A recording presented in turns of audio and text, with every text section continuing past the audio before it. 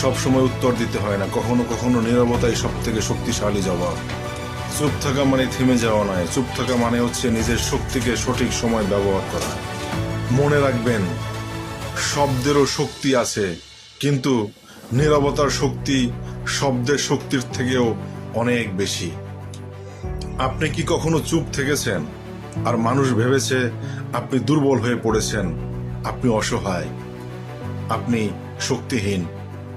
আসলে সব চুপ থাকা দুর্বলতা নয়, কিছু কিছু চুপ থাকাই হচ্ছে মূল শক্তি। এই পৃথিবীতে দুই ধরনের মানুষ থাকে।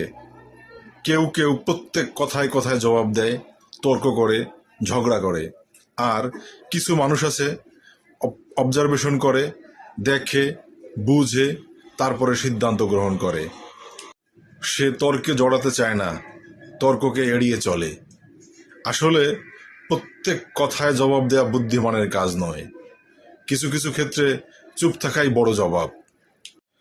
আপনি যখন চুপ থাকছেন, হয়তো অনেকে ভাবছে আপনি কিছুই পারেন না, কিন্তু আসল সত্যিটা হলো চুপ থেকে আপনি এর জবাবটা সুন্দরভাবেই দিচ্ছেন, এতে আপনারই হবে জয়। সব থেকে বড় সত্যি হলো যে নিজেকে নিয়ন্ত্রণ করতে পারে সে সারা পৃথিবীকে নিয়ন্ত্রণ করতে পারে। সুতরাং চুপ থেকে নিজেকে নিয়ন্ত্রণ করা শিখুন, তাহলেই পারবেন আপনি সারা পৃথিবীকে নিয়ন্ত্রণ করতে। আপনি যদি এই পৃথিবীর উপরে নিজের আধিপত্য বিস্তার করতে চান, তাহলে সব কথায় উত্তর দেয়া যাবে না, মাঝে মাঝে চুপ থেকে সমুচীন জবাব দিতে হবে। তবেই তো হতে পারবেন আমি বিশ্ববিজয়ী একজন মানুষ। অনেক সময় আমরা অনেক তর্কে জড়িয়ে ভালো সম্পর্ককেও আমরা নষ্ট করে ফেলি, কিন্তু চুপ থেকে এই সম্পর্কগুলোকে কিন্তু রক্ষা করা যেত।